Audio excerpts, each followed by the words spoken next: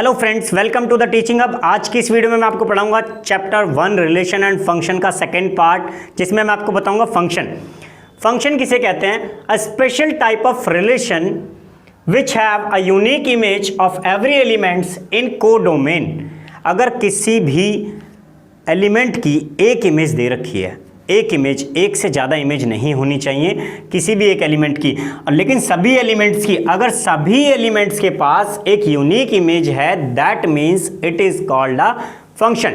Clear है? अब मैं सबसे पहले देखता हूं कि इफ अ फंक्शन, एक मैंने फंक्शन ले रखा है एफ एक्स टू वाई, एक फंक्शन ले लिया एक्स टू वाई, दो सेट दे रखे हैं। इसका मतलब क्या है? एक्स और वाई क्या है? दो सेट्स हैं आपका। मैं एक्स वाई में आपके कुछ एलिमेंट्स डाल देता हूं और वाई में, दोनों में हमने एलिमेंट्स डाल लिए हैं। अब मैं बात करूं अगर कि 1 पे मैंने ले लिया 7, 2 पे 8, 3 पे 6, 4 पे आपका 10 ले लिया मैंने।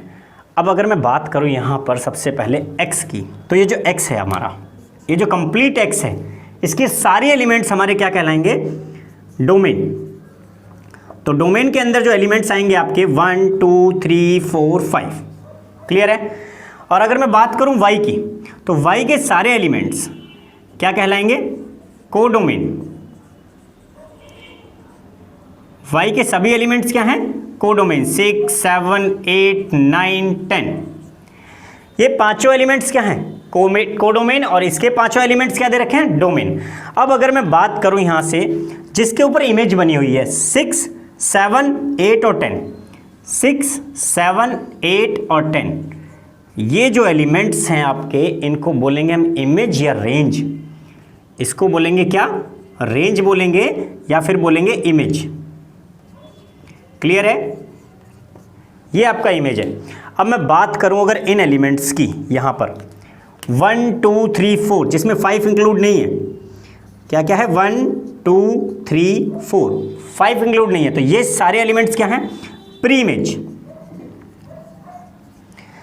तो क्लियर हो गया कि डोमेन किसे कहते हैं, प्री इमेज किसे कहते हैं, या कोडोमेन या रेंज या इमेज किसे बोला जाता है। ये क्लियर है? तो मैं अगर बात करूं यहां पर सबसे पहले कि यहां पर 1, 2, 3, 4, 5 दे रखा है आपको। 5 हमारा ये खाली है, तो ये खाली नहीं होना चाहिए, क्योंकि यहां पर बोला एवरी एलिमेंट के पास एक यूनिक इमेज होनी चाहिए। मगर यहां पर एक एलिमेंट बच गया है 5, जिसके पास इमेज ही नहीं है। That means it is not a function. Function होने के लिए डोमेन के सभी एलिमेंट्स के पास एक इमेज होनी कंपलसरी है। तो it is not a function, it is not a function. Clear है? आई थिंक ये सभी को समझ में आ गया होगा। अब मैं बात करता हूं सेकंड केस की। अगर आपको 1 पे एक एलिमेंट दे रखा है 7, 2 पे दे रखा है 6 एंड 3 पे दे रखा है 9, और यहां से हमारा 4 पे दे दिया 8 और हमारा 4 पे एक एलिमेंट और दे दिया 7। तो अगर मैं बात करूं यहां पर कि इस एलिमेंट के पास 2 इमेज हैं, और 2 इमेज पॉसिबल नहीं है, क्योंकि यहां पर क्या बोला मैंने? Unique image. हर एलिमेंट के पास इमेज होनी भी चाहिए, और वो भी सिर्फ एक। अगर एक से ज़्यादा इमेज है तब भी वो फंक्शन नहीं कहलाएगा, और अगर इमेज ही नहीं है तब भी वो फंक्शन नहीं कहलाएगा। क्लियर है? तो it is also not a function, it is not a function. Clear है? अब हम बात करते हैं टाइप्स ऑफ फंक्शंस की। टाइप्स ऑफ फंक्शंस में आपके पास 11th क्लास में आपने पढ़ चुके हैं पहले से functions, constant functions, linear functions, modulus functions, signum functions, बहुत सारे फंक्शंस हैं 11th क्लास में। लेकिन यहाँ पर जो फंक्शंस हैं वो कुछ अलग है, वो मैपिंग के आधार पर हैं। मैं बात करता हूँ सबसे पहले फंक्शन की, 1 फंक्शन। 1 फंक्शन यहाँ पर क्लियर है कि एक चीज़ रिप्रेजेंट कर रही है आपकी डोमेन को, और दूसरी चीज़ रिप्रेजेंट करती है कोडोमेन को। तो ये वाला जो पार्ट है ये आपका डोमेन है और ये कोडोमेन है। कोडोमेन और डोमेन। क्लियर है? ये सभी को क्लियर हुआ? 1 अगर एक फंक्शन मैंने लिया, if a function f x2y में कोई फंक्शन ले लेता हूँ, और x को एलिमेंट मैंने मान लिया, सेट मान लिया एक y, 1, 2, 3, 4, 5, 6, 2 एलिमेंट्स मैंने यहाँ पर लिए हैं, 2 सेट्स लिए हैं। अगर मैंने बोला 1 पे 5 और 2 पे 6 और 3 पे 2 पे 4, 3 पे 6, अब मैं बात करूँ तो एक एलिमेंट के पास में एक इमेज है। और सबसे पहले ये चेक कर लें कि क्या सभी एलिमेंट्स के पास इमेज है या नहीं है। अगर वो नहीं है तो वो फंक्शन ही नहीं रहेगा। अब हम बात करते हैं एक एलिमेंट एक इमेज, एक एलिमेंट एक इमेज, एक एलिमेंट एक इमेज। मतलब सीधा सीधा है कि एक बच्चे के पास एक पापा होंगे, दो पापा नहीं हो सकते। क्लियर है? तो ये क्या है आपका सन और ये क्या है आपका फादर। तो बाप बेटे का रिश्ता लेते हैं तो हमारे पास एक पापा एक बेटा से एक पापा एक बेटा। ऐसा नहीं हो सकता है कि एक बेटे के पास में दो पापा हों, ऐसा पॉसिबल ही नहीं है। तो ये चीज़ याद रखेंगे, हमेशा डोमेन को हम बेटे की तरह रिप्रेजेंट करेंगे और को डोमेन को फादर की तरह। क्लियर है? अब हम नेक्स्ट देखते हैं कि ये कौन सा फंक्शन हो गया, 1-1 फंक्शन। तो अगर ऐसा हुआ तो ये 1-1 फंक्शन है। सेकेंड पार्ट हम देखते हैं मैनी वन फंक्शन। मैनी लिखा है क्या, मैनी कौन सा पार्ट है, डोमेन का, और 1-1 ये मैनी वन कौन सा पार्ट है, को डोमेन का। क्लियर है? तो फिर से हम देखते हैं x मैंने इस बार फिर से लिया 1 2 3 4 और y भी फिर से ले लिया 5 6 7 8। अब मैं बात करता हूं तो 1 के पापा कौन है, यहां पर सन, यहां फादर।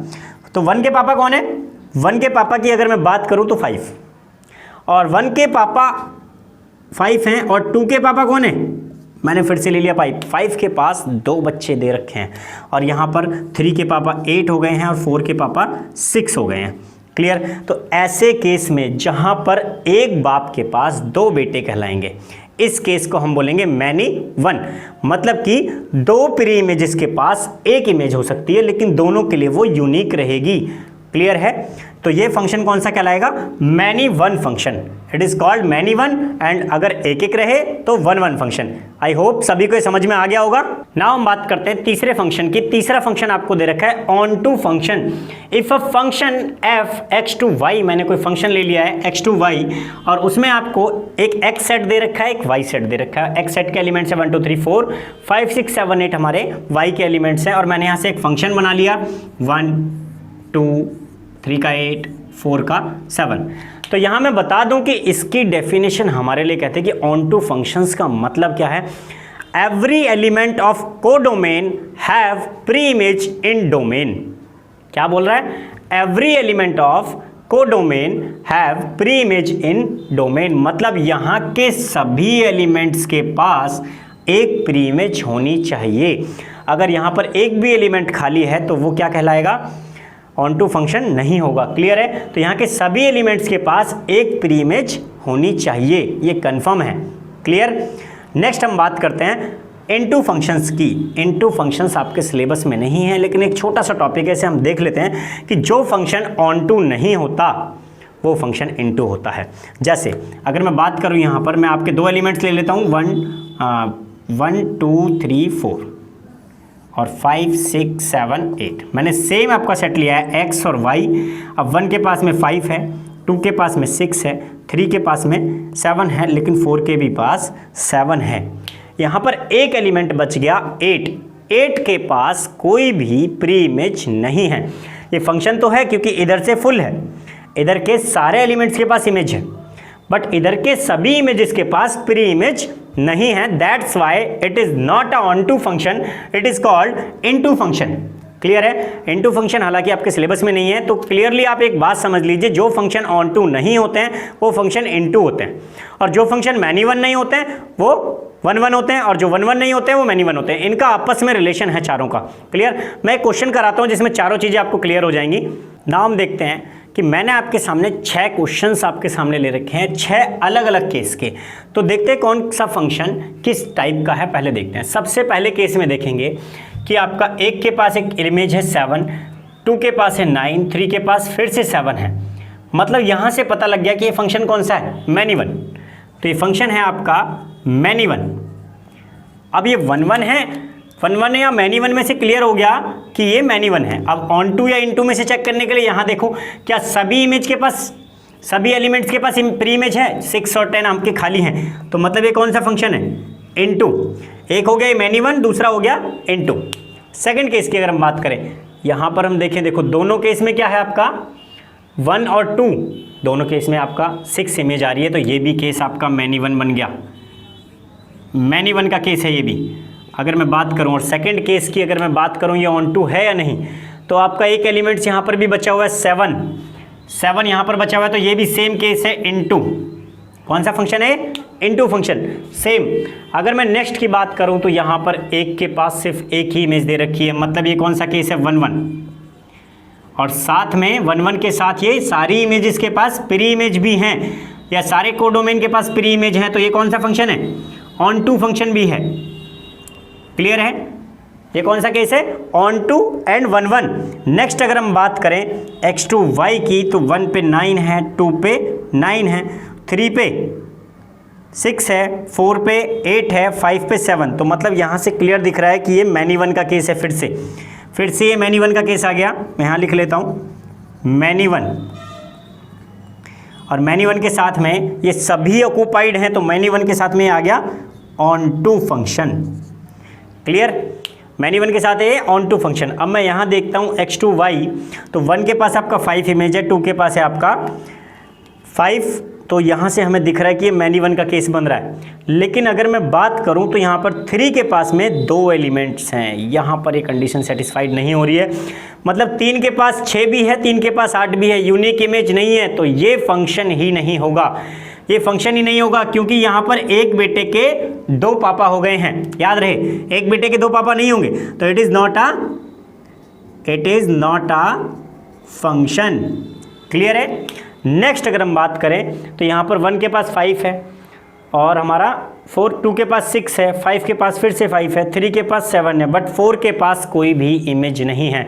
4 एलिमेंट हमारा खाली है, तो हमारी डेफिनेशन के हिसाब से एवरी एलिमेंट के पास हमारी इमेज होनी चाहिए, तो 4 हमारा खाली है। It is also not a function, it is not a function. Clear है। आई होप सभी को समझ में आ गया होगा कि फंक्शंस किस प्रकार से कितने कितने टाइप्स के और कैसे कैसे डिफाइन होते हैं। क्लियर। अभी हमको 1 1 फंक्शन समझ में आ गया, ऑन टू समझ में आ गया, मैनी वन समझ में आ गया और इनटू भी समझ में आ गया। बट क्या हम इस तरीके से डायग्राम बना के चीज़ों को समझ तो सकते हैं, बट एग्जाम में क्वेश्चंस तो ऐसे नहीं आते हैं। क्वेश्चंस आते हैं एफ की फॉर्म में कि आपको कोई फंक्शन गिवन होगा, देन उसको प्रूफ करना है कि वो 1 1 है या ऑन टू है। इस तरीके से क्वेश्चंस आपके एग्जाम में आएंगे। तो 1 1 फंक्शन को आप सबसे पहले मैं बता दूं कि इंजेक्टिव फंक्शन भी बोला जाता है। 1 1 को हम इंजेक्टिव भी बोलते हैं।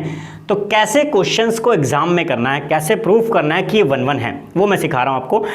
पहले लिखेंगे if f x equal to given, मतलब ये सपोज दैट कि आपको गिवन है एफ एक्स, आपको क्या है गिवन है।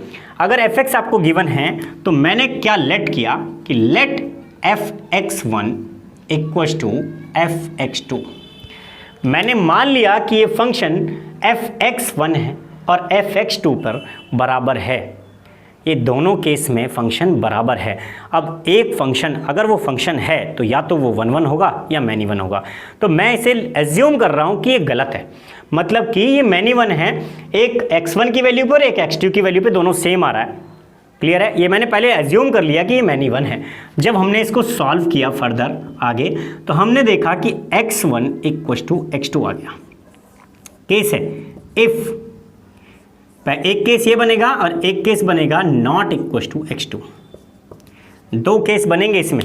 यहां से एक बार x1 इक्वल टू x2 निकल के आएगा और एक बार x1 is not equal to x2 निकल के आएगा। तो जिस केस में दोनों बराबर आएंगे, इससे ये पता लगा कि हमने जो fx1 और fx2 को अलग अलग मान के इक्वल लिया था, वहां पर हमें पता लगा कि x1 और x2 एक ही एलिमेंट्स हैं। तो मतलब कि वो एक एलिमेंट के पास एक ही इमेज बना रहा है। तो हम लिखेंगे it is 1 1 function, it is 1 1 function. Clear है।